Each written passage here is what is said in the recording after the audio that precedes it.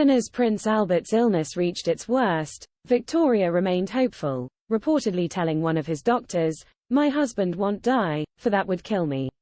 But in December 1861, die he did, an event which plunged not just the royal family but the nation itself into deepest mourning. The death of the prince consort at just 42 did much to create the fashion for jet jewelry from Whitby. Manufacturers of black crepe had never had it so good. In the final weeks of his life, Albert had suffered terribly. But he clung to life, attended by his doctors and his third child, Alice, who served as her father's nursemaid during his infirmity. When he finally passed away on the evening of the 14th, he was surrounded by 5 of his 9 children and his wife, Victoria.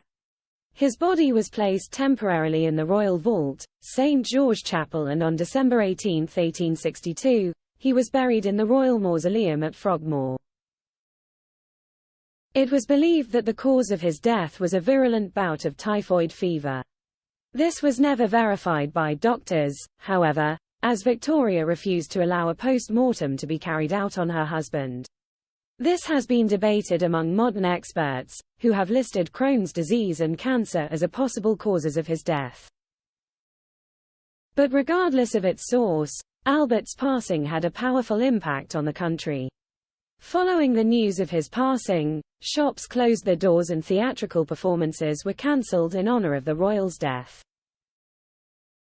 Christmas, which was just over a week after his passing, was a somber affair throughout Britain. His sudden death tragically propelled his adoring wife into lifelong mourning. The grief over the loss of her husband came to define the remainder of her reign as Britain's longest-serving monarch at the time.